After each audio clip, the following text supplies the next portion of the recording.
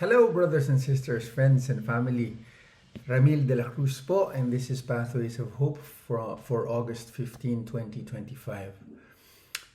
Allow me to ask you a quick question. Have you ever scrolled through your social media and seen someone, a friend, a relative, living what seems and looks to be a picture perfect life? They've got the ideal family, the successful career, the perfect vacation photos, and maybe just for a moment, you feel a little pang of envy. You think, wow, their life is such a masterpiece, a finished work of art. But what if I told you that our lives here on earth are never meant to be finished masterpieces? What if they were more like an artist's canvas, still being painted? That's what today's readings, particularly the Gospel of Luke, shows us through the life of Mama Mary. Today is the Solemnity of the Assumption, and we celebrate Mary, not just as a queen, but as the ultimate example of a life fully painted by God. The readings speak of her being clothed with the sun and crowned with stars. But before all that, we see her in a very human, very relatable moment. She's just heard about the great news from the angel. And what does she do? She doesn't post a victory selfie. She doesn't go to her neighbor and mariteses the news. She doesn't go around shouting, proclaiming the good news, but the good news about herself. But what does she do? She actually humbles down. The gospel tells us she arose and went with haste into the hill country. She went to her cousin Elizabeth. Mary's first impulse wasn't to celebrate herself, to glory about herself, but to serve others. Remember, she went to Elizabeth to serve Elizabeth. She was so full of God's grace that she couldn't contain it. She had to share it. When she arrives, Elizabeth's baby, John the Baptist, leaps for joy in her womb. And this is the first ripple effect of God's work in Mary's life of Jesus. And then Mary offers all of us the Magnificat. This isn't just a prayer, brothers and sisters. It's a revolutionary anthem.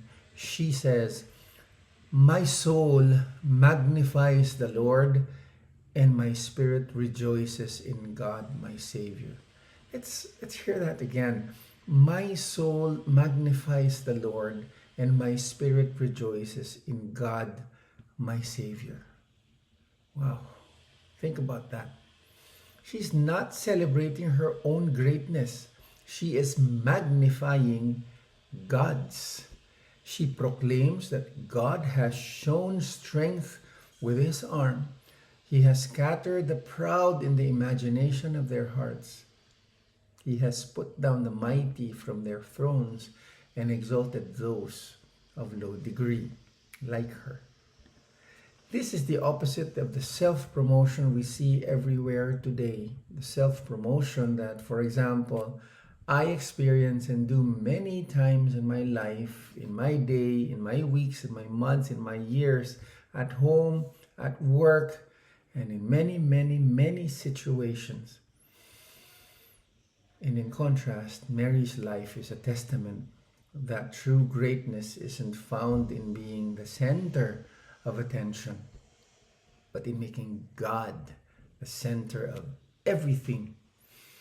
Her humility, her yes to God, was the brushstroke that allowed God to create something magnificent, truly so magnificent, And that's the powerful message for us today. Our lives aren't being the main character or about being the main character in our own stories with a perfectly curated feed, all the great strokes and everything. Our lives are about making ourselves available to God like Mary so that He can work through us in all our messy, imperfect, dirty realities and lives. Just like a painter starts with a blank canvas, God starts with us. He uses our obedience, our acts of service, our willingness to magnify Him, our yeses to create a work of art that is truly divine, similar to the life of Mary, where Jesus was born. And so today, as we honor Mary, let us take a page from our own book. Instead of chasing likes and shares and validation, let's seek to serve. Instead of trying to write our own perfect story, let's give the pen and the paintbrush to God.